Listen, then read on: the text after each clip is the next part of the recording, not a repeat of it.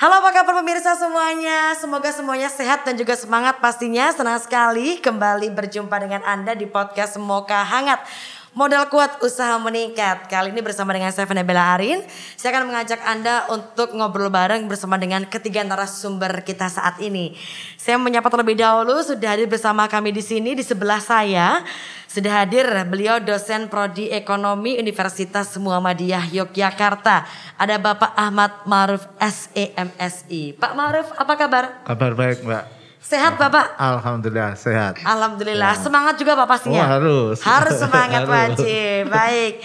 Dan saya juga mau menyapa, pasti tidak kalah semangat juga telah hadir bersama kami. Beliau kasih pembiayaan UKM Dinkop dan UKM DIY. Ada Ibu Sukamti SIPMM. Ibu Kamti, apa kabar? Alhamdulillah sehat, kita selalu ceria supaya imun kita naik. Selalu ceria biar imunnya naik ya Bu ya. Harus wajib ceria, bahagia Ibu. Baik, terima kasih dan saya yakin juga gak kalah semangat pastinya sudah bersama kami di sini. Anggota Komisi C DPR DIY ada Bapak Novida Kartika HDST. Pak Novida, kabar baik? Selalu baik. Selalu baik. Sehat semangat Bapak? Selalu semangat. Selalu semangat. Selalu terus nih. Selalu terus semangat. Baik, terima kasih. Dan saya rasa juga pemirsa semangat buat diskusi bareng kita di kesempatan kali ini Bapak dan juga Ibu. Karena kita tahu bahwa kemarin pandemi COVID-19 ini dampaknya luar biasa nggih Ibu Bapak. Semua sektor kehidupan saya rasa merasakan dampak luar biasa dari COVID-19 termasuk juga para pelaku UMKM yang kemarin mungkin kalau saya boleh bilang sempat lesu atau mungkin sempat terpuruk bahkan ya Bu ya. Dan tidak jarang juga bahkan ada para pelaku UMKM yang mungkin gulung tikar atau justru mungkin juga ada bermunculan inovasi-inovasi baru dari para pelaku UMKM. Dan saat ini juga kita tahu berbagai macam adaptasi sudah dilakukan termasuk juga salah satunya dengan adanya digitalisasi. Kalau kita boleh bilang UMKM go digital. Begitu ya Bu ya Pak ya.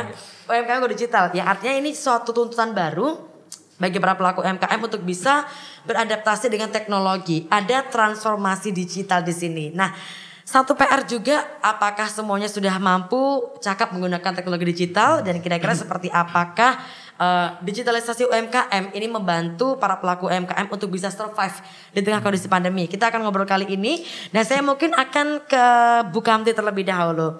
Ibu, di tahun 2021 ini yang memang kalau kita boleh bilang sudah hampir 2 tahun ya Bu ya kita menghadapi kondisi pandemi COVID-19. Bagaimana Bu UMKM di Yogyakarta ini? Ya, terima kasih Mbak Arin. Ini ada Pak Ma'ruf, pakar-pakarnya Pak Novi juga ya. Mungkin saya akan menceritakan terkait dengan UMKM ya. Sebenarnya UMKM di masa sebelum pandemi itu kita itu sudah berjalan bagus ya. Artinya terkait dengan digitalisasi itu sudah maju dari segi pemasaran, semua sudah bisa online dan sebagainya. Tetapi dengan adanya kondisi pandemi COVID-19 ini memang sangat-sangat dirasakan ya. Dirasakan banyak para pelaku UKM yang sudah istilahnya berhenti ya. Kemudian tenaga kerja juga banyak yang nganggur, bahkan banyak yang tidak dipekerjakan ya di rumah. Nah, ini di rumah sebenarnya kalau terkait dengan UKM itu memang merupakan penopang ekonomi yang luar biasa sebenarnya. Betul. Tapi dengan kondisi Covid itu benar-benar terjun bahkan sampai untuk makan aja kadang-kadang untuk keperluan keluarga kita harus menjual apa yang kita miliki. Nah, dengan adanya Covid ini maka peranan penting UKM itu harus bangkit. Nah, sekarang kan sudah levelnya udah di bawah ya. Betul, sudah di bawah itu tentu saja peluang besar untuk para pelaku UKM itu meningkatkan usahanya. Nah, cara meningkatnya bagaimana? Inilah peran untuk kaitannya digitalisasi.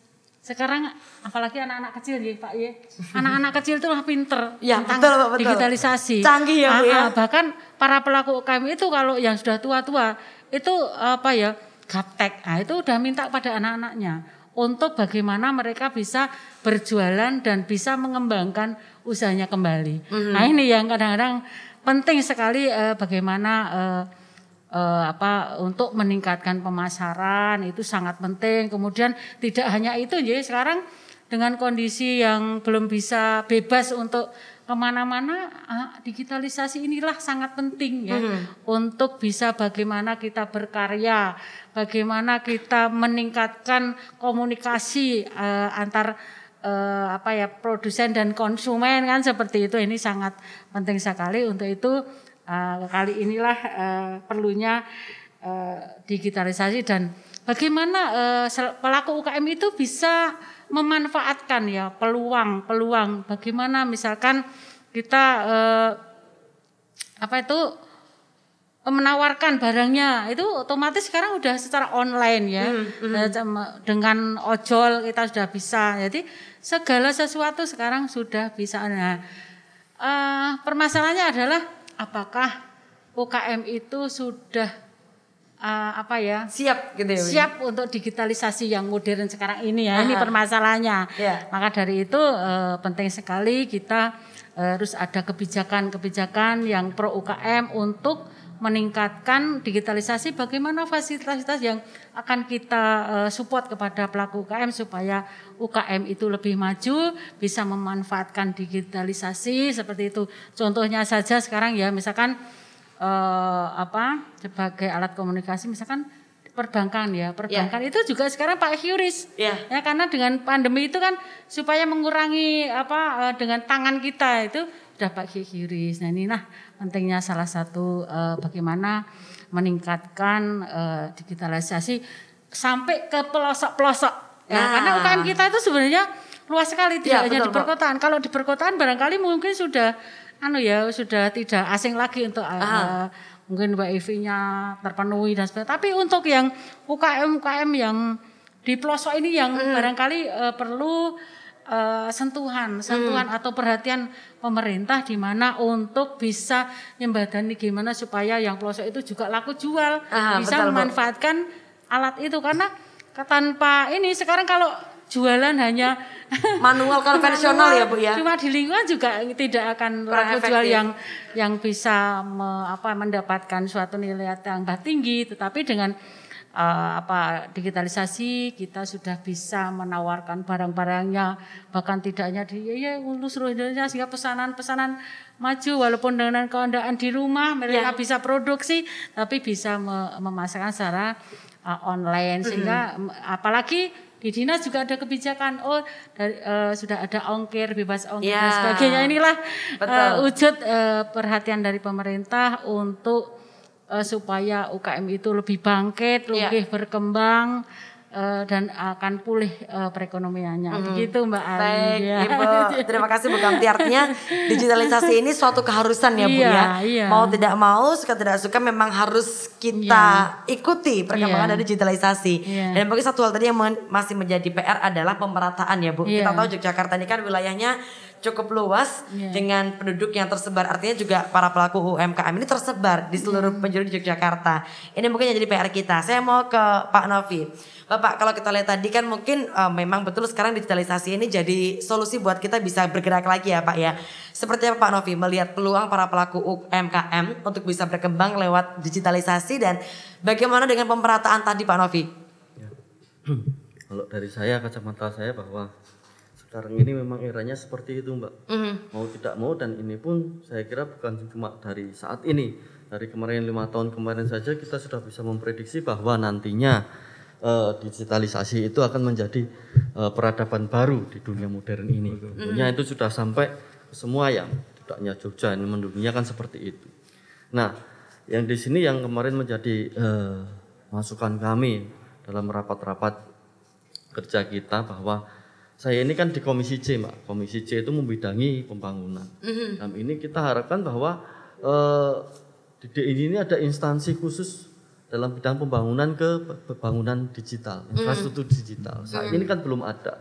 Tatkala seperti itu, apa yang terjadi sekarang kan pemerataan tentunya belum bisa rata karena apa yang sekarang berlaku atau yang sekarang ada itu adalah murni sebuah mohon maaf bisnis nih. Jadi bisnis itu tentunya provider yang datang itu pastinya melihat kuota yang akan masuk di sana, produk yang akan terjual seperti apa. Tapi kita kadang terlupakan bahwa pemerintah sebagai fasilitator ya memang harus non profit. Tentunya daerah-daerah yang sekarang belum mendapatkan fasilitas atau infrastruktur digital ini harus kita penuhi dulu. Nah, setelah itu terpenuhi baru ayolah kita gerakan lagi masyarakatnya. Sekarang kita melihat program-program yang ada di dinas UMKM ini sudah sangat bagus mendorong pengusahanya untuk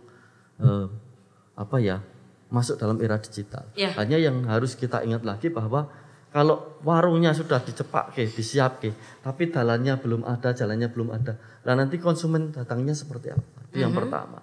Kesiapan konsumen untuk memasuki era digital juga harus kita siapkan. Jadi semua masyarakat, lapisan masyarakat, kalaupun kita itu mau membuka ruang digital bagi UMKM, perdagangan digital, ya masyarakat kita harus kita siapkan untuk bisa mengakses atau caranya bagaimana untuk membeli secara digital. Nah, sekarang kan belum. Mungkin kalau sekarang di usia 45, 40 tahun ke bawah, sampai anak-anak aja Bu tadi dijelaskan. Itu mungkin secara digital ini adalah sesuatu yang lumrah dan biasa. Tapi untuk usia yang di atas itu gaptek itu kan masih ada. Walaupun data itu sekarang memang besar penjualan secara digital, tapi itu sebenarnya saya kira belum separuhnya dari konsumsi sebenarnya. Masih ada usia-usia di atas itu yang memang belum tersentuh dari aplikasi atau kemajuan teknologi yang saat ini. Nah itu PR pemerintah bagaimana memahamkan masyarakat itu bahwa sekarang adalah perubahan peradaban yang mau tidak mau kita itu sudah harus masuk ke era digital dan harus melakukan itu di dunia kita, sosial masyarakat kita. Nah itulah PR kita. Nah, untuk UMKM, untuk supportnya dari dinas UMKM ini terhadap UMKM yang dari DIY sudah cukup bagus, termasuk kemarin juga saya ada sosialisasi program Sibagul itu cukup bagus dan cukup sepertinya potensi dan prospeknya bagus. Hanya itu mungkin yang perlu kita benahi. Saya bicara apa adanya tentang yang ada di pelosok-pelosok itu. Kalau di kota saya kira tidak ada masalah mau secara konvensional mau digital itu kan pilihan. Itu hanya pilihan. Tapi yang harus kita perbaiki, kita sekarang support adalah yang dimana infrastruktur digital itu belum merata sampai ke pelosok daerah. Rumah saya ini dapelnya kan Kulon Progo di Pak, yang di gunung itu. Nah, itu susah sekali itu. Seperti itu. Jadi memang masih PR ya Pak ya, karena kalau kita ngomongin soal digitalisasi memang butuh literasi yang baik bagi SDM-nya sendiri, tapi juga tidak bisa kita pungkiri ini akan berhasil kalau ada sarana prasarana infrastruktur yang mumpuni termasuk jaringan ya Pak Jaringan. Kondisinya gimana Pak kalau untuk jaringan internet sendiri? Karena mungkin masih sering kita jumpai ya, mungkin beberapa sering cerita terlepas dari UMKM ataupun bukan, kadang kalau kita jalan-jalan gitu ke daerah-daerah yang saya boleh bilang mungkin ke pedesaan ya Pak ya, ke daerah-daerah yang memang belum cukup akses internetnya, kadang membuka aplikasi aja tuh susah Pak, apalagi mau ngirim ini ya barang, karena rumah saya juga di desa kebetulan Pak, dekat Kulon Progo juga Pak. Sama, mau kirim ini Pak, mau kirim makanan biasanya ditolak Pak sama yang ngirim karena jaraknya kejauhan. Nah, kira-kira gimana Pak dengan adanya inovasi ini? Apakah kira-kira bisa diusahakan biar merata gitu Pak? Nah, itu yang pertama tadi kan sudah kita jelaskan bahwa infrastrukturnya itu. Kemudian infrastruktur digital itu harus punya infrastruktur pendukung lain. Yang di Sibagul itu kan kemarin ada tuh program gratis ongkir. Nah, kemudian saya pernah sosialisasi ketemu konstituen saya masalah digital ini. Era digital ini apakah lebih hemat, apakah lebih boros? Saya tanyakan, sekarang energi, contohnya bensin dengan pulsa murah mana? Mereka jawab, mau tidak mau kita bisa murah pulsa lah. Kesimpulan kita murah pulsa. Kemudian ada pertanyaan lagi, Pak, tatkala kita berjual beli, bertransaksi, itu kan mau tidak mau sumber barang yang ada itu akan dikirim ke tempat kita. Apakah itu tidak memerlukan bensin? Ternyata iya. Apa yang kita pelajari, apa yang kita diskusikan ternyata kalah dengan diskusi saya dengan teman-teman yang dari pelosok. Nah, seperti itu. Nah, dari infrastruktur mungkin seperti Sibagul tadi, program tadi. Tentunya kalau itu wilayahnya cakupannya hanya DIY sementara DIY, tentunya per kabupaten kalau memungkinkan per kecamatan pun harus ada gudang-gudang produk tersebut. Tatkala produk tersebut presentasinya di suatu wilayah ini kan katakanlah mendominasi, ya tentunya harus ada gudang-gudang itu yang difasilitasi oleh ya pemerintah lah, karena Sibagul juga memang program dari pemerintah. Kalau kita berwacana berdiskusi masalah UKM, yang namanya UKM itu kan tidak bisa lepas dari peran pemerintah ya Pak. Beda dengan usaha yang katakanlah usaha besar, usaha menengah, mereka kan pastinya memiliki modal yang besar. Tapi daya ungkit untuk UMKM ini mau tidak mau adalah fasilitas pemerintah. Kalau Sibagul kemarin secara sistem sudah baik, kami harapkan juga nanti kalau memang itu sudah jual belinya, tatkala jual belinya sudah berjalan, ya mohonlah nanti juga dinas memikirkan corot ini tempat ora etalase gudangnya barang-barang tersebut agar Pak untuk menghemat itu tadi Pak perjalanan. Betul. Jadi sebagai wadah untuk para pelaku UKM bisa ibaratnya mendisplay barang-barangnya ya Pak ya untuk mengakomodir dari jarak yang cukup jauh tadi. Ya, agar jaraknya nanti tatkala nih saya mau beli barang nih, geduk gawane wong Jogja gitu kan, geduknya harganya 10.000, ongkos kirimnya 50.000 kan nggak masuk akal. Tapi tatkala nanti di sana juga ada etalasenya layoutnya, paling tidak kan UKM yang memproduksi geduk itu juga menitipkan barang yang ada di Kulon Progo. Tatkala orang Kulon Progo pengen geduk yang ada di Jogja kan pialah atau apa. Nanti yang orang Jogja pengen geblek juga kita kirim di ada layoutnya, ada gudangnya di kota, sehingga kalau orang pengen geblek juga dekat, ongkos kirimnya juga murah.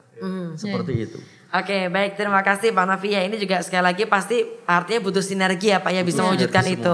Nah, saya mau ke Pak Ma'ruf kali ini. Tadi kan kita sudah membahas soal infrastrukturnya ya Pak ya, jaringan internetnya. Tapi yang saya rasa tidak kalah penting adalah kecakapan, kemampuan dari SDM itu sendiri. Percuma Pak kalau saya boleh bilang jaringannya bagus, teknologinya bagus, tapi SDM-nya tidak bisa memanfaatkan dengan baik melihat peluang tersebut. Padahal kalau dari banyak yang kita jumpai, pelaku UMKM ini kebanyakan adalah memang usia di atas milenial kalau saya boleh bilang ya Pak ya, yang mungkin secara penggunaan teknologi digital masih perlu untuk banyak literasi. Bagaimana Pak kira-kira pendekatan yang paling bisa kita lakukan biar setidaknya bisa akrab dengan penggunaan gadget gitu Pak dan tepat penggunaannya? Ya, terima kasih Mbak Anin. Jadi memang ada satu kebutuhan seperti tadi disampaikan Mas Novi, bahwa pengembangan digital ekonomi khususnya pada UMKM itu harus pilarnya semua berjalan, nggak bisa satu pilar. Pilar infrastruktur itu syarat dasar. Apa gunanya kita ngelatih digital tapi nggak ada bandwidth ya? Itu nggak ada guna juga. Gitu. Betul. Di beberapa wilayahnya Mas Novi itu di Kulon Progo dan pinggiran pantai sampai Gunung Kidul itu banyak sekali blank spot. Itu contoh kendala. Artinya pilar itu juga harus dipenuhi. Pilar yang kedua sebenarnya pada SDM. Betul. Jadi pilar SDM ini pada banyak sisi, khususnya kalau yang para pelakunya itu memang harus literasi digitalnya harus dinaikkan. Data Sibagul itu kalau saya lihat data Sibagul itu lebih 80% itu nggak manfaatkan sosmed untuk marketing. Lebih dari 85% juga itu tidak memanfaatkan chat ya untuk menjual produk. Itu menunjukkan bahwa belum menjadi kebutuhan, ya, belum menjadi kebutuhan. Tapi pada satu sisi arus besar yang namanya ekonomi digital itu terus tumbuh sejak tahun 80-an sebenarnya, itu mulai tumbuh 2000 puncaknya sebenarnya menjadi cepat sekali ketika Covid. Covid itu betul-betul mendorong orang berubah cepat. Nah, disinilah kesiapan SDM-nya harus ada. Kemarin agak gagap terus terang aja. Banyak sekali ya, Pak, ya? UMKM yang gagal ya produksi. Dia produksi bisa, tapi yang saya maksud gagal produksi itu produksinya jalan tapi nggak bisa jual. Kenapa? Karena nggak ada kerumunan. Nah, begitu ada proses transformasi digital, mulai sebagian beralih. Tapi itu sebagian kecil sebenarnya. Tadi saya katakan tidak lebih 10% untuk DIY ya. Dan itu memang saya sepakat, itu fenomena perkotaan. Fenomena perkotaan karena apa? Karena memang orang dikurung tanda petik di rumah untuk membatasi mobilitas. Itu kita tetap butuh variasi konsumsi, misalnya makanan, peralatan. Itu akhirnya pakai platform yang ada di level nasional maupun lokal menjadi mainstreaming sekarang. Jadi mau tidak mau SDM tetap literasi digital itu kebutuhan. Yang lain adalah kebijakan sebenarnya. Tetap diperlukan kebijakan afirmasi. Jadi kalau nasional sekarang itu bahkan ada peraturan keputusan presiden ya tahun 2021 kemarin membentuk tim percepatan di daerah untuk digitalisasi ini ya di daerah. Dan ini memaksa agar agar masyarakat siap, tapi juga ada support. Kalau timnya ini dari pemerintahan support. Masyarakat siap tapi kalau nggak ada investasi publik misalnya BTS itu nggak bisa. Tadi disampaikan oleh Mas Novi ketika operator itu mengadakan BTS di satu kawasan orientasinya pasti profit. Ada sih motif layanannya ada, tetapi ketika di situ hanya jumlah rasio penduduknya kecil ya dia tanda petik nggak BIP. Maka di situ harusnya ada peran pemerintah daerah hadir di situ. Untuk apa? Untuk mengakselerasi tadi. Nah, saya lihat di kebijakan strategi nasional ekonomi digital itu sudah ada. Dan itu memang akan dikeroyok ya. Makanya Indonesia bikin itu ring Palapa itu ya. Yang sekarang bikin satelit sendiri, menurut saya itu bagian dari ikhtiar secara nasional kita harus memiliki infrastruktur sendiri. Ini sekali lagi nggak ada maknanya ketika SDM-nya nggak siap. Betul. Saya diingatkan oleh Mas Novi tadi bahwa SDM itu sebenarnya tidak hanya pelakunya, tapi juga konsumennya. Pembelinya ya Pak ya. Konsumennya juga harus cerdas dalam melakukan arus digital ekonomi ini. Jangan juga konsumtif. Sekarang apa-apa diiklanin itu lalu buffering terlalu konsumtif juga jelek. Tapi juga kalau yang gaptek itu juga banyak ketipu. Fenomena pinjaman online yang ilegal ya yang banyak sekali itu menunjukkan kegagalan dalam literasi digital yang ada di masyarakat. Itu harus diakui, ada celah di mana orang kita nggak siap terhadap digital itu. Kita diiming-imingi kemudahan memang mudah, tapi di belakangnya kan dia diteror terus. Dan bahkan ada yang sampai stres, saya baca di media itu ada yang sampai bunuh diri. Itu kan beberapa waktu yang lalu juga itu ya, Pak, kejadian yang nggak boleh terulang. Dan ini kehadiran pemerintah daerah, pemerintah pusat untuk melakukan literasi pada konsumen itu juga penting. Diedukasi ya. Karena digital ekonomi itu tidak sekedar itu, tapi fungsi transaksi seperti pinjaman online ini bagian dari digital ekonomi. Itu Mbak. Ya betul Bapak. Mungkin juga ini masih jadi PR besar buat kita ya Pak, karena di Yogyakarta sendiri kalau saya tidak salah juga beberapa kali ada kasus terkait dengan pinjaman online yang ternyata juga menyebabkan sampai mohon maaf bunuh diri karena tidak tahu apa yang dilakukan. Mungkin simpel kesannya tapi ternyata itu menjerumuskan ya Pak ya. Ini satu literasi memang perlu dilakukan, termasuk juga bagi para pelaku UMKM dan bagi para konsumen itu sendiri.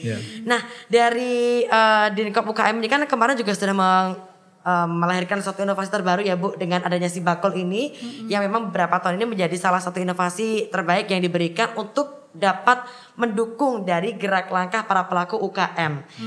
Dari untuk fungsi pemasarannya sendiri, kontrol dan seterusnya juga bisa dilakukan lewat Sibakul ini Bu.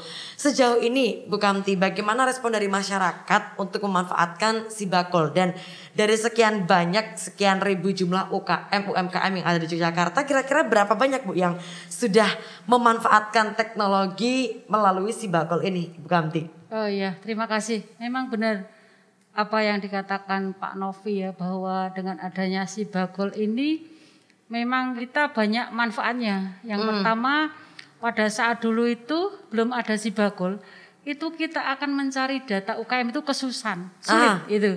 Sehingga kita berinisiasi untuk adanya Sibakul. Sibakul itu adalah salah satu wadah wadah untuk pendataan untuk UMKM. Nah, di situ banyak sekali program-program yang kita buat di situ. Kemudian termasuk ada pembinaan dan semuanya.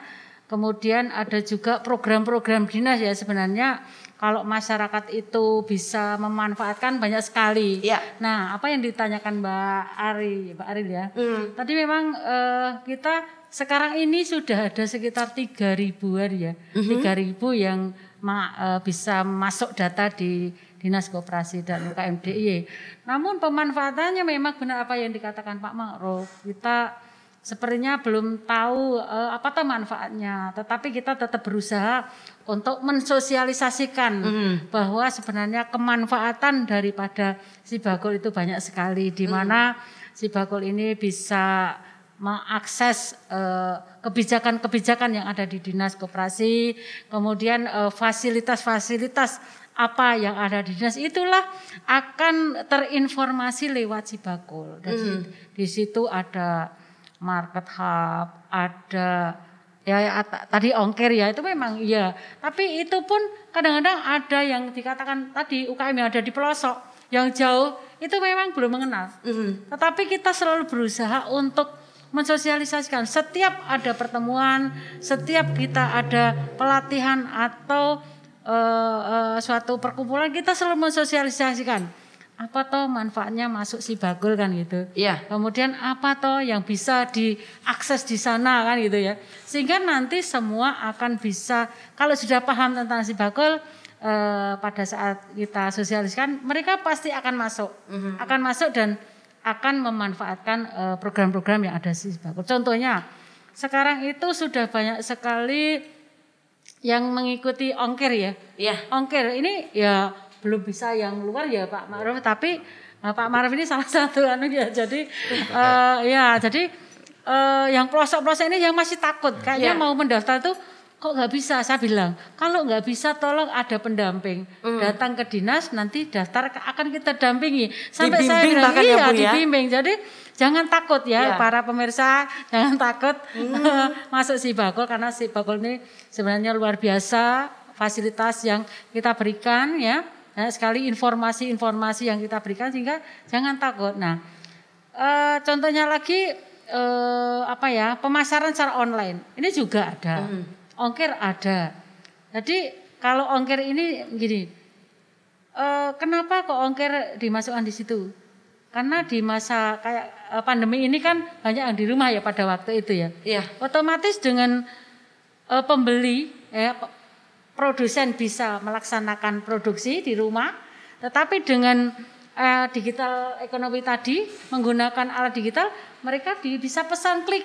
Nah, klik itu sudah bisa kalau ya sudah mendaftar di Sibagul, ikut ongkir, otomatis mereka konsumen itu ada gratis loh. Sini laku, sini beli, tidak menambah biaya ongkir, otomatis akan terjadi transaksi yang luar biasa, sehingga sangat membantu para pelaku UKM di sini yang tidak bisa pemasaran secara misalkan lewat toko seperti itu atau lewat tempat-tempat yang jauh, tapi dengan klik sudah datang di rumah.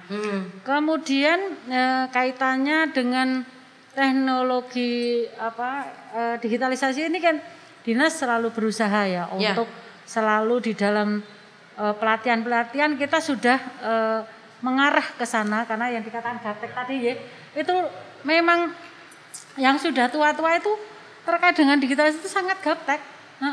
Ada kesulitan tersendiri ya, tapi tetap kita sabar untuk mereka bisa mengikuti, karena justru orang yang tua itu kan pengalamannya banyak, sehingga perlu kita sabar didampingi supaya mereka bisa ikut program-program yang ada di dinas. Kemudian yang masih muda-muda, apalagi sekarang anak-anak mahasiswa ya Pak ya, itu sudah harus kita digenjot untuk benar-benar mengikuti perkembangan digitalisasi ini. Kalau enggak ya akan ketinggalan. Seperti saya udah tua, jadi merasa udah ketinggalan tentang digitalisasinya.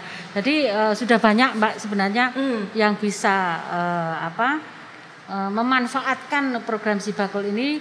Ya walaupun belum persentasenya belum tinggi ya Pak Ma'ruf, tetapi sudah banyak yang merasa memanfaatkan dan merasa ditolong gitu dengan program-program itu. Buktinya apa saya bisa mengatakan itu, setiap saya mengadakan pelatihan itu selalu saya tanyakan, apakah sudah kenal dengan Sibagul? Sudah. Apakah sudah bisa memanfaatkan? Sudah.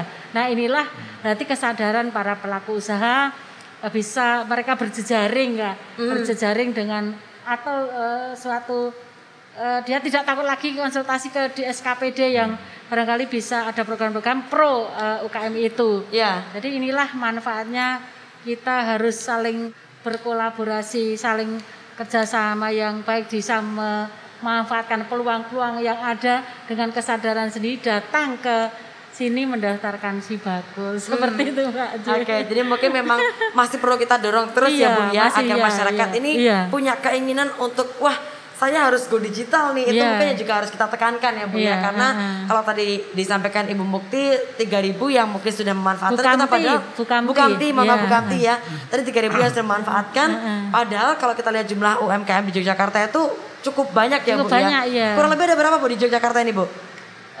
Lebih dari 500 lah ya UMKM ya. Tapi yang masuk baru itu, sehingga karena ya tadi yang pelosok-pelosok yang saya katakan tuh masih takut untuk mendekat ke sini. Jadi kita memang benar kita perlu jaringan-jaringan yang dikatakan Pak Ma'ruf bahwa program pemerintah itu mau menyediakan ring palapa itu ya Pak ya. Pernah saya ikut rakor ya waktu itu dengan Kominfo keuangan pusat itu. Memang nantinya tahun berapa itu pemerintah sudah mempersiapkan untuk membenahi infrastruktur seperti yang disampaikan Pak Novi. Itu sudah diprogramkan tahun ke depan itu ada, kemudian di sana akan dipasang-pasang tentang ring palapa tadi, sehingga yang pelosok yang luar Jawa itu kan juga masih sangat pelosok. Naik Jogja aja mungkin ya hanya Gunung Kidul, Kulon Progo yang gunungan itu ya Pak ya. Itu tetapi nantinya akan disasar di situ. Ya, cuma barangkali ini belum sampai saja, tapi program itu saya waktu mengikuti rakor itu sudah diprogramkan ya. Dan sekarang ini juga WiFi sudah ke desa-desa ya Pak ya. Sudah ya. Cuma barangkali masih agak rendet. Mungkin PR-nya adalah bagaimana WiFi itu bisa kenceng, bisa kenceng di ada di situ, karena kadang-kadang kita mau bicara keganggu macet-macetnya itu, sehingga kan nggak lancar. Nah, ini barangkali perlu evaluasi kenapa terjadi seperti itu. Oke, baik, terima kasih Bu Kamti. Artinya ini juga masih menjadi PR kita ya Bu ya. Bagaimana tadi satu mendorong masyarakat agar semakin mau untuk beradaptasi, belajar dekat dengan teknologi, dan yang kedua juga terkait dengan jaringan itu sendiri. Bagaimana bisa dimaksimalkan sampai ke pelosok-pelosok di desa yang ada di Yogyakarta. Baik Bu Kamti, terima kasih. Saya mau kembali ke Pak Novi. Pak, kalau kita lihat tadi kan memang di Yogyakarta banyak pelaku UMKM yang secara tidak langsung ketika roda UMKM ini bisa berputar dengan baik, artinya juga perekonomian pasti akan terdampak dari situ, akan ada pemulihan ekonomi. Kira-kira Pak Novi, seberapa besar peluang pemulihan ekonomi nasional di tengah kondisi pandemi saat ini dengan adanya kontribusi dari para pelaku UMKM ini, Pak Novi? Yang pertama, bahwa di Indonesia ini UMKM ini adalah, ini Indonesia, kita bicara Indonesia dulu ya. Itu adalah penyumbang terbesar devisa negara, hampir 60% dari perdagangan itu memang UMKM yang menguasai. Bahkan UMKM itu kalau dari semua jenis usaha 99% pun itu adalah dikuasai oleh UMKM. Hanya saja UMKM itu kan pastinya mereka hanya skala kecil, jadi secara nominal mungkin masih kalah jauh dengan industri-industri atau usaha-usaha yang menengah dan besar, dan seperti itu. Nah, terkait dengan digitalisasi ini, kita memang berharap itu dari kebijakan kita dulu waktu pertama 2020 bahwa kita menempatkan UMKM, pendidikan, kesehatan, dan juga sosial itu menjadi kebijakan yang kita prioritaskan. Jadi semua anggaran pun dari 4 itu. Dari ekonomi kita 4 itu kita support penuh, tentunya dengan prioritas. Kalau dulu 2020 itu kan prioritas kita adalah kesehatan, sosial, kemudian pendidikan dan UMKM. Tentunya dalam taraf pemulihan seperti ini, ya ini semoga memang benar-benar pulih ya nanti. Itu kan harusnya prioritasnya sudah dibalik lagi. Pendidikan dan UMKM menjadi prioritas, kemudian sosial dan kesehatan mungkin prioritas kedua, kan seperti itu. Harapan kita dari seperti ini ya memang dorongan untuk nanti digitalisasi dalam UMKM itu terus, Bu. Karena sifatnya teknologi itu kan tidak stagnan, cepat sekali pergerakannya. Sekarang seperti ini, besok sudah maju lagi, sudah ada yang lain lagi, termasuk juga infrastrukturnya Pak tadi kalau di desa. Sekarang mungkin WiFi dengan kapasitas sekian masih cukup. Besok belum tentu lagi cukup karena ada kebutuhan atau aplikasi atau program-program yang membutuhkan kuota yang lebih besar. Itu karena perkembangan teknologi. Nah, ini yang kita harapkan ya kita nih sama-sama, karena kalau ruang digital ini kadang ruang seperti sekarang menjadi kebutuhan pokok kita. Jadi tatkala menjadi kebutuhan pokok kita ya semua bidang yang ada di instansi atau di sosial masyarakat itu memang harus supportnya ke digitalisasi. Gitu. Oke, baik. Memang bagian dari kehidupan yang tidak terpisahkan ya Pak kalau kita boleh bilang sekarang ini ya. Ibaratnya kita nggak bisa juga nih Bapak Ibu menyapa pemirsa kalau nggak lewat teknologi digital ya. Susah mau ketemu langsung sekarang. Oke, baik, setuju Bapak. Nah, kira-kira Pak Ma'ruf tadi kan artinya memang ini satu keharusan ya Pak untuk bertransformasi ke digitalisasi. Artinya ini keharusan, mau tidak mau, suka tidak suka kita harus lakukan ini Bapak. Kira-kira bagaimana Pak upaya percepatan yang bisa kita lakukan agar masyarakat ini semakin dekat dengan digitalisasi, terutama bagi para pelaku UMKM. Dan kita lihat ya Pak, ada peralihan bisnis di sini dari konvensional jadi bisnis digital lewat e-commerce. Ini kan perlu kita dekatkan lagi dengan masyarakat. Bagaimana kira-kira caranya Pak? Baik, jadi saya sepakat bahwa transformasi ini satu keharusan. Jadi pada pembangunan dalam pengembangan pelaku usaha khususnya UMKM, kalau yang menengah besar sebenarnya itu udah lari dia. Tapi UMKM ini kan ronanya macam-macam. Ada yang memang dia sangat sudah dekat dengan teknologi, itu biasanya yang dikelola oleh UMKM anak muda itu, dan produknya memang langsung ke customer yang diminati anak muda. Misalnya produk makanan, produk fashion, misalnya kayak gitu ya. Atau trading ya, perdagangan produk-produk umum. Tetapi bagaimana dengan UMKM yang konvensional, misalnya para peternak, para petani, ya, para pengrajin yang tidak terkonek dengan market langsung. Ini saya kira juga perlu ada pemikiran. Beberapa investor, misalnya untuk mengembangkan pertanian itu dia mengembangkan misalnya crowdfunding untuk berjoin bisnis dengan para pelaku pertanian. Itu saya kira ide yang bagus. Sayangnya model-model seperti itu tidak banyak disupport oleh Pemda. Dalam artian yaitu bisnis to bisnis saja dengan pelaku. Padahal menurut saya ini penting. Bagaimana mengangkat produk lokal ke global itu memang butuh fasilitator. Jadi clue-nya adalah percepatan ini memerlukan energi pihak lain. Tidak bisa ditumpukan pada Pemda, tidak bisa ditumpukan pada pelakunya itu ya, tapi juga pelaku bisnis lain yang memang sebenarnya saling nyambung. Fintech itu nyambung. Kemudian para pelaku bisnis di sektor ekspor misalnya itu dia nyambung, dia butuh itu, butuh input produk toh. Kemudian tadi crowdfunding, model-model kayak gitu harus dijaring. Dan salah satu yang istilahnya saya nyebutnya stakeholder yang tidak bisa dilepas adalah sebenarnya perguruan tinggi. Perguruan tinggi itu menghasilkan beberapa inovasi yang bisa mensupport, mempercepat transformasi ekonomi digital. Mungkin tidak pada aplikasinya saja, kalau aplikasi hanya alat, tetapi membangun mindset itu penting. Jadi mengedukasi masyarakat. Sekarang dengan Kampus Merdeka itu mahasiswa bisa KKN misalnya mendampingi satu kampung tertentu, kelompok tertentu, didampingi sampai tanda petik paham betul dan memang bisa menjalankan ekonomi digital. Itu menjadi peluang. Mahasiswanya bisa dapat nilai, masyarakatnya terfasilitasi, ekonomi lokal tumbuh. Karena nggak bisa dipungkiri terus terang ekonomi digital itu bagian kebutuhan di kondisi seperti ini. Ini nanti begitu ada istilah tadi kita berdoa lah ya, pandemi itu sudah landai itu ya. Mungkin kalau selesai total ya mungkin tidak. Tapi ekonomi kan nggak bisa berhenti. Berarti yang dirubah ada metodenya, metode transaksi, metode pembiayaan, metode produksi bahkan itu sangat lekat dengan digital. Sekarang kita mencari bahan baku saja itu kalau duluan harus telepon hunting, kalau perlu datang. Sekarang lewat gadget kita bisa dapatkan bahan baku yang murah. Dan banyak referensinya juga ya Pak ya. Yang menjadi masalah adalah sekarang ini ada problem tentang impornya. pertanyaannya konten produk yang dijual para pelapak ini apakah konten impornya lebih dominan atau tidak? Ini yang perlu kita juga perhatikan. Gerakan kita bangga produk Indonesia itu kan sebenarnya jangan sampai dominasi produk, karena yang diretailkan sekarang ini di marketplace itu hampir lebih 80% itu kan produk impor dengan diproduksi massal harga murah.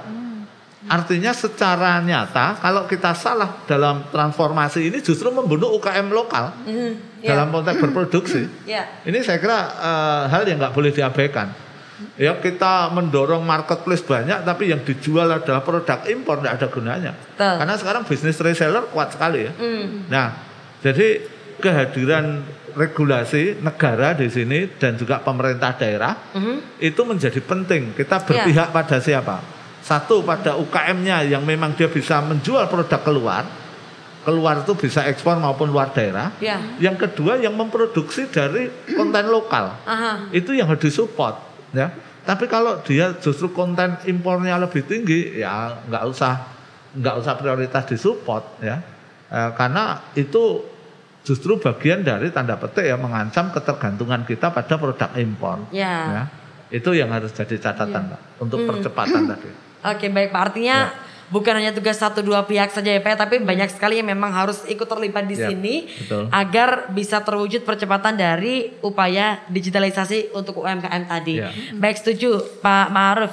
Nah, tadi juga disampaikan bagaimana kita bisa memperluas akses UMKM untuk bisa memasarkan produk-produknya ya Pak ya. Artinya juga ini jadi satu PR kita, bagaimana mungkin sekarang target penjualannya bukan hanya tetangga atau satu wilayah saja, tapi juga kita melihat konsumer di luar sana. Nah, kira-kira Bu Kamti, bagaimana upaya dari Dinkep UKM untuk bisa memperluas akses pasar bagi para pelaku UKM saat ini, Bu? Iya, betul apa yang disampaikan Pak Ma'ruf, bahwa kita itu sebenarnya membina SDM-nya dulu, tentang mindset-nya dulu. Apakah UKM itu terima berjualan di sini, ataukah akan lebih maju, atau akan go internasional. Nah, itu memang itu yang perlu kita perhatikan dulu, bagaimana SDM-nya. Nah, kalau SDM-nya sudah kita bina seperti itu, kemudian dengan kesadaran mereka akan memperbaiki produknya. Soalnya dengan kita pemasaran yang go internasional, tetapi UKM-nya dalam produksi masih sangat sederhana, belum memperhatikan mutu. Nah, mutu itu banyak sekali ya, dari mutu barangnya, mutu harganya, dan mutu pelayanan, keamanan dan sebagainya. Ini kalau tidak diperhatikan oleh para pelaku UKM, bagaimana akan bisa masuk go kan gitu. Contohnya produk, misalkan dari segi kemasannya, mungkin dari segi perlabelannya, barangkali segi perizinannya, misalkan seperti halal, seperti persyaratan yang ada di dalam label itu. Itu SDM-nya belum paham tentang itu, ya kita mana akan go itu. Tapi kita tetap dinas, tetap berusaha. Kita selalu membina bagaimana UKM itu dengan kesadaran sendiri memperbaiki kinerja daripada pelaku UKM itu sendiri. Kemudian kita juga akan memberikan fasilitas ya, karena sekarang ini kan contohnya ya produk Cina. Waktu saya pergi haji ya, itu sana itu produk Cina itu sudah dihalalkan, aneh kan? Di Arab, ya itu kan suatu persaingan sebenarnya kalau kita tahu.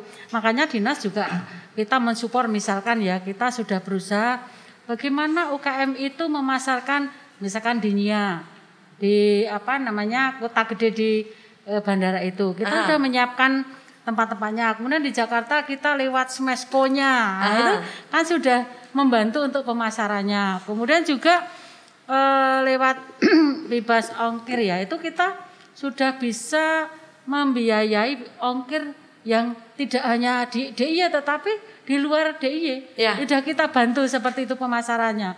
Inilah program-program dinas yang membantu para pelaku UKM untuk pertama bagaimana SDM yang berkualitas dengan mindset yang lebih bagus, kemudian bagaimana mutunya produknya juga akan laku jual ya, tidak hanya laku dijual di sini tetapi laku dijual di internasional bahkan ya. Kemudian kita juga seperti apa yang disampaikan Pak Ma'ruf, kita akan membuat suatu klaster-klaster di mana ada bagaimana bahan baku, kemudian bagaimana yang produksi, kemudian bagaimana yang masyarakat, itu akan kita suatu dikoordinasikan, berkolaborasi di situ supaya mereka terpenuhi kebutuhannya seperti itu. Baik Bu, artinya kalau saya boleh ibaratkan sebenarnya dari dinas sudah memberikan jalan ya Bu ya. Sudah, tinggal kira-kira pelaku UMKM ini mau bisa enggak? menentukan tujuan enggak ya Bu ya. Maunya percuma seperti kita kasih apa? jalan tapi nggak punya tujuan ya Bu. Oke. Artinya kembali lagi bagaimana kita mendorong para pelaku UMKM itu sendiri untuk tumbuh lebih maju. Betul Ibu, setuju. Berpikiran lebih maju seperti itu. Nah, setuju Ibu. Harus bisa membaca peluang. Betul, membaca peluang itu jadi PR-nya Bu Kamti. Nah, tadi menanggapi apa yang disampaikan oleh Pak Ma'ruf juga tadi ya. Saya mau ke Pak Novi. Tadi kan Pak Kamti Ma'ruf menyampaikan bahwa ada beberapa hal yang juga punya peran bagus di sini. Salah satunya adalah fintech ya Pak ya, di mana saat ini juga terus didorong transaksi keuangan secara digital. Nah, ada nggak Pak Novi mungkin dari legislatif kebijakan untuk bisa mendorong atau mungkin strategi untuk mendorong transaksi keuangan digital itu dilakukan bagi para pelaku UMKM Pak Novi? Ya, kalau secara khusus saya kira belum untuk digitalisasi masalah permodalan ya. Cuma kalau kita mendorongnya masalah permodalan UMKM ini untuk disupport penuh. Sekarang kan juga program pemerintah pusat pun KUR itu kan menjadi corotin itu sekarang semua bank pun harus memasarkan KUR yang ada karena keinginan pemerintah bahwa UKM itu mau diperhatikan secara khusus oleh pemerintah. Nah, di DIY pun juga akan seperti itu dan dorongan kita ke situ. Hanya secara khusus tadi masalah permodalan secara digital itu mungkin belum. Nah, ini harapan kita. Aplikasi-aplikasi yang dari pemerintah daerah kita, pemerintah DIY ini kan sudah ada seperti Sibagul. Nah, itu buat ditumpangi seperti bank-bank yang ada di kita. Kita punya bank daerah, bank BPD itu. Bagaimana caranya nanti bank BPD itu bisa kolaborasi dengan Sibagul itu. Jadi UKM yang sudah masuk di Sibagul itu kan bisa mengakses carane meminjam modal di BPD melalui aplikasi Sibagul. Mungkin belum ada ya Bu ya. Namanya pinjaman yang ada di kita baru taraf pemakaian QRIS. Nah, itu harapan kita kan itu. Tentunya itu juga masih butuh pendekatan lainnya karena kalau yang namanya pinjaman kan pastinya harus ada jaminan dan lain-lain. Serba-serbi administrasi ini bagaimana bisa dikemas secara mudah sehingga nanti digitalisasi ini bisa digunakan secara optimal, Pak. Atau mungkin pendataan dulu dari Bank Pemerkarsa itu ke UMKM-nya terus harusnya seperti apa secara administrasi yang tidak bisa ditempuh dengan aplikasi atau dengan jarak jauh, harus ditempuh misalnya lunglungan jaminan atau dan lain-lain kan itu bisa disiasati dengan seperti cara apalah seperti itu. Mungkin pemerintah daerah sendiri bisa memfasilitasi itu karena semuanya memang pemerintah daerah itu harus berperan dimanapun di semua sisi kan itu. Yang saya harapkan nanti juga ada. Kita tadi sorotan dari Pak Ma'ruf tadi, kita itu banyak omong swasta bae iso gawe jaminan pinjaman online. Walaupun nanti banyak yang tertipu dan lain-lain. Itu harusnya kan melihat seperti itu kan pemerintah, kemudian kita sendiri punya tadi perbankan atau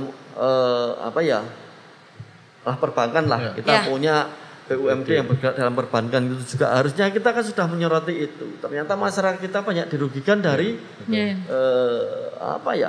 dari kegiatan-kegiatan di luar pemerintah yang mengatasnamakan pinjaman dan lain-lain ternyata merugikan masyarakat. Harapan kita dari situ nanti pemerintah DIY ini juga bisa mensikapi. Melibatkan BPD harus seperti apa? Paling tidak pinjaman online itu BPD juga harus sudah masuk ke ranah tersebut untuk menggantikan pinjaman online yang botong-botong tadi. Nah, kemudahannya termasuk ke UMKM dan lain-lain nanti bisa disinkronkan atau dikawinkan dengan aplikasi Sibagul tadi. Jadi semua mungkin nambahi juga ini sebenarnya Sibagul sudah mulai juga ya Tidak, kalau core oke belum, tapi kaitannya dengan misalkan bantuan ya, Pemodalan? misalkan BPUM itu sudah kita melalui digitalisasi ya, jadi bantuan, ada ya. BPUM, ada apa sifatnya bantuan lewat uang, kita transaksinya sudah dengan digitalisasi. Oh, Iya. oke. Iya. Baik, jadi artinya juga sudah mulai diupayakan ya Bu Iya, ya untuk iya, transaksi sudah, iya. dengan Kita bekerja digitalisasi. sama dengan perbankan ya. Oke. Iya. Kemudian seperti apa Bu yang didapatkan oleh para pelaku UMKM dengan transaksi digitalisasi lewat Sibagold ini tadi Bu? Mungkin bisa diberikan gambaran. Ya, misalkan ya misalkan kita akan mengumumkan sesuatu itu ya kan yang mendapatkan BPUM besok ya ini ya. Kita tidak usah door to door menginformasikan dengan telepon, tetapi dengan Sibagold itu sudah diumumkan. Otomatis siapa yang mendapat kemudian mereka bisa langsung ke bank. Oke. Nah, langsung bisa transaksi dan transaksinya tidak lewat langsung diterima cash, tetapi kita sudah dengan dibukakan rekening di situ, kemudian pembayarannya dengan QRIS-nya udah kita fasilitasi seperti itu. Kita kerjasama dengan BI, BPD, BRI dan BNI. Oke. Ya. Jadi ini juga sudah ada sinergi di sini ya Pak ya. Ada solusi seperti itu. Betul. Ya. Hanya saja mungkin kalau saya boleh bilang ini ya Bu ya, seperti yang Pak Novi sampaikan tadi. Masyarakat aja bisa tahu informasi soal pinjol gitu ya. Tinggal mungkin bagaimana sebenarnya informasi terkait dengan permodalan keuangan yang telah diberikan pemerintah ini bisa lebih dekat dengan masyarakat gitu. Padahal pinjol yang justru menjerumuskan aja masyarakat ini bisa tahu gitu loh. Nah, ini mungkin bagaimana pemerintah ini upaya lebih lanjut agar informasi tadi sampai ke masyarakat. Mungkin itu ya Pak ya.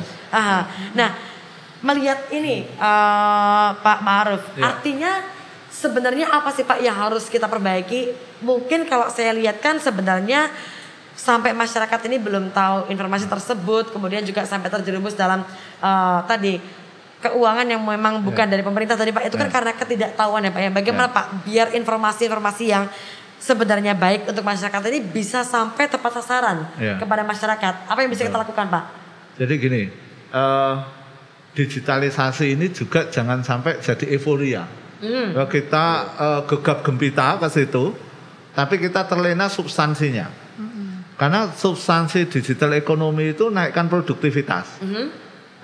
Yang kedua sebenarnya dari sisi produksi jadi efisien. Ya, tadi sudah disampaikan, jangan-jangan dengan digital justru tidak efisien. Harusnya menjadi efisien.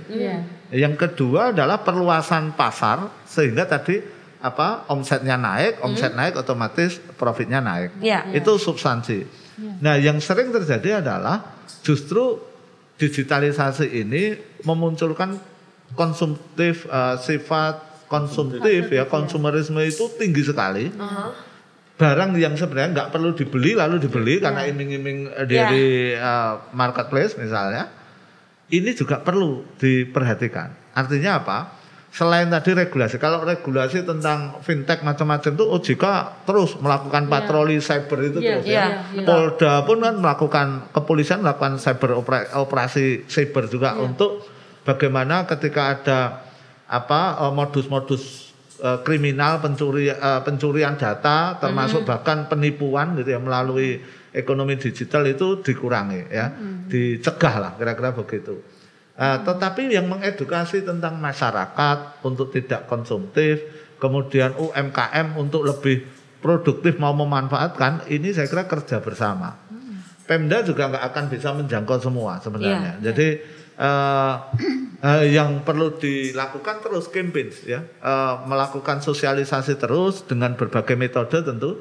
Zaman sekarang kan metodenya banyak ya untuk melakukan edukasi dan dari sisi Pemda juga terus harusnya main di sosial media yang kuat. Ada TikTok, Instagram, apa yang sekarang jadi mainstream itu harus diikuti dan terus melakukan sosialisasi positif terhadap digitalisasi ini. Karena apa? Peluangnya banyak, tetapi kalau orang nggak tahu, ada juga orang tahu tapi nggak mau, ya, karena nggak mau ribet, kan gitu kan. Nah, ada fungsi pendampingan. Jadi fungsi konseling, fungsi pendampingan, meskipun teknik pendampingannya sekarang pasti berubah ya. Kalau dulu kan orang harus datang ke sini ya, sekarang udah nggak mau kan, justru berisiko nanti COVID ya kan. Jadi ya gunakanlah juga teknologi. Yang paling sederhana aja mungkin sosial media untuk komunikasi ya itu menjadi penting. Dan yang lebih penting lagi semua program ini harus terukur. Karena apa? Karena biaya untuk program transformasi digital itu nggak murah. Ya, betul ya Pak. Betul. Harus semua terukur, ini uang rakyat loh. APBN uang rakyat, APBD uang rakyat. Sehingga semua harus terukur, hasilnya kayak apa, outputnya saya apa. Mungkin impactnya belum ya, tapi output menjadi penting, outcome yang lebih penting. Ya, outcome-nya itu. Jadi, outcome-nya kalau saya digitalisasi ekonomi itu mau tidak mau, satu, level ekonomi daerah jadi tumbuh, dan itu menjadi outcome. Yang kedua, nilai tambah yang diperoleh para pelaku usaha itu naik, nanti terlihat dari skala ekonominya yang bertambah.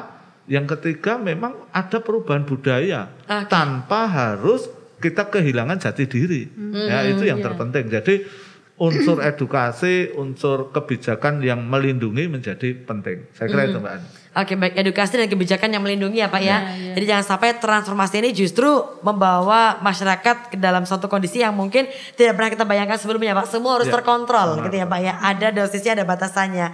Oke, baik. Nah, mungkin dari Ibu Kamti, nanti apa Bu yang diharapkan dengan keberadaan Sibakul ini untuk para pelaku UMKM di Yogyakarta? Harapannya seperti apa Bu?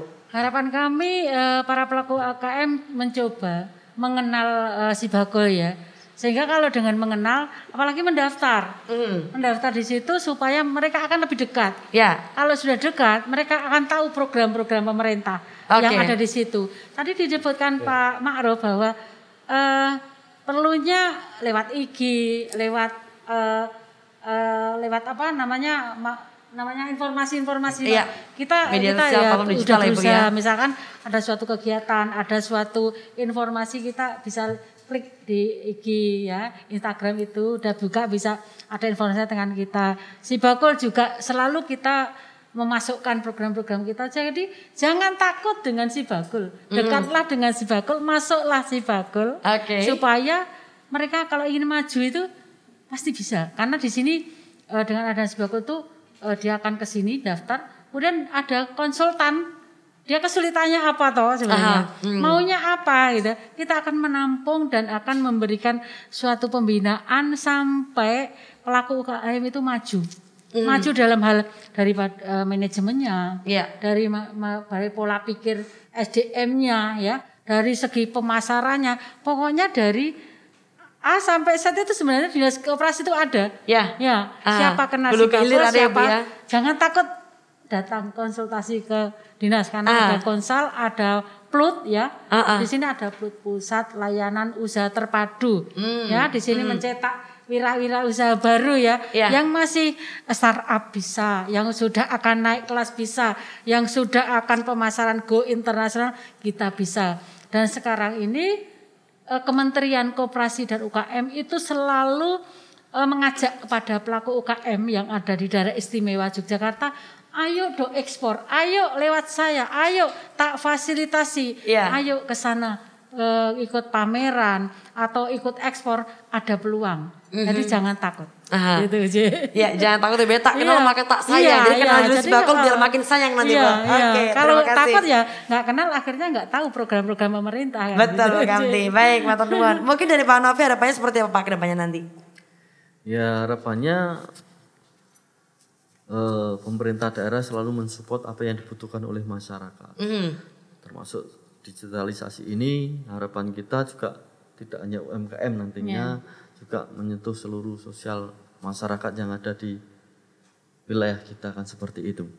Karena memang kembali lagi seperti tadi, seperti awal tadi bahwa digitalisasi ini adalah suatu perubahan budaya atau mungkin peradaban baru bagi kita.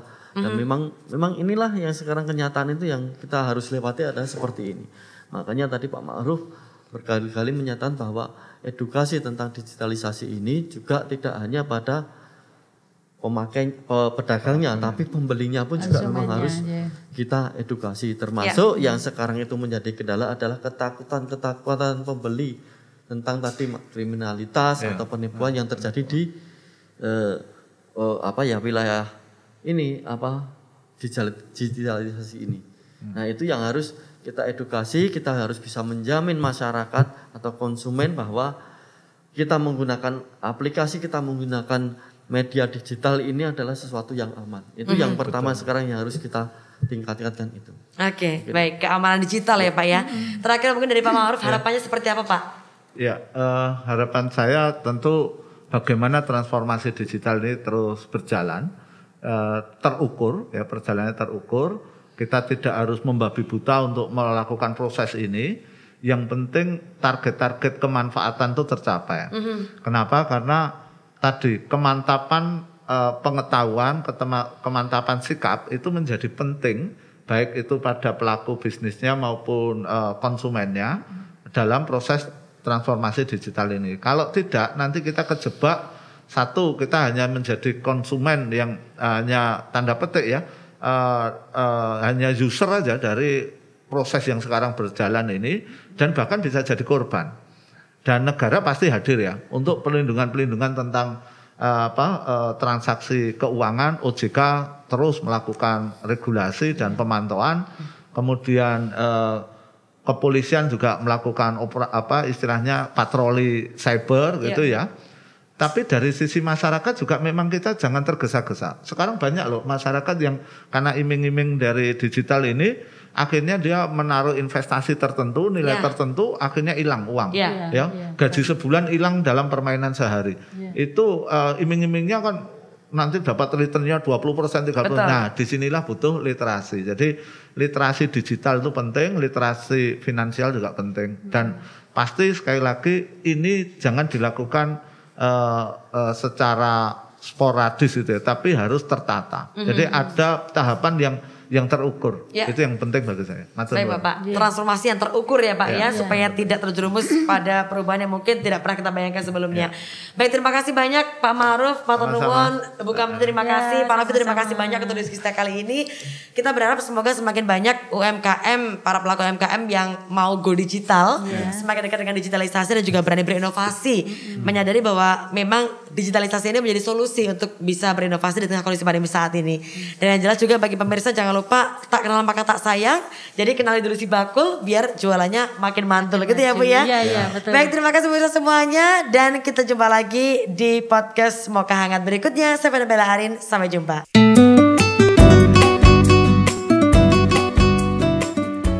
Untuk mendaftarkan diri di Sibakul Jogja, UMKM dapat membuka aplikasi dengan alamat sibakuljogja.jogjaprof.go.id. Langkah selanjutnya adalah dengan klik daftar sekarang yang ada di kanan atas. Untuk kelancaran pengisian data, sebelumnya UMKM menyiapkan KTP. Data yang diisikan meliputi 1. Data dasar yang berisikan NIK, nama lengkap dan tempat lahir, tanggal lahir, jenis kelamin, nomor WA, alamat email, jenjang pendidikan, dan disabilitas. 2. Profil usaha. Nama usaha. Mulai menjalankan usaha, jika lupa tanggal dan bulan, bisa dengan mengisikan tanggal 1 Januari. Alamat usaha ditulis lengkap. Kemudian, memilih kabupaten, kota, dan desa dari tempat usaha. Aset usaha, omset, jenis usaha, dan produktivitas. Selanjutnya, aspek untuk penentuan klaster UMKM terdiri dari 1. Aspek produksi, 2. Aspek pasar dan pemasaran, 3. Aspek digital marketing, 4. Aspek kelembagaan, 5. Aspek keuangan, 6. Aspek sumber daya manusia. Untuk keenam isian tersebut di atas, diisikan dengan cara memilih satu jawaban. Setelah selesai, akan mendapatkan skor untuk klaster UMKM dari 6 aspek tersebut di atas. Putus asa, yo ayo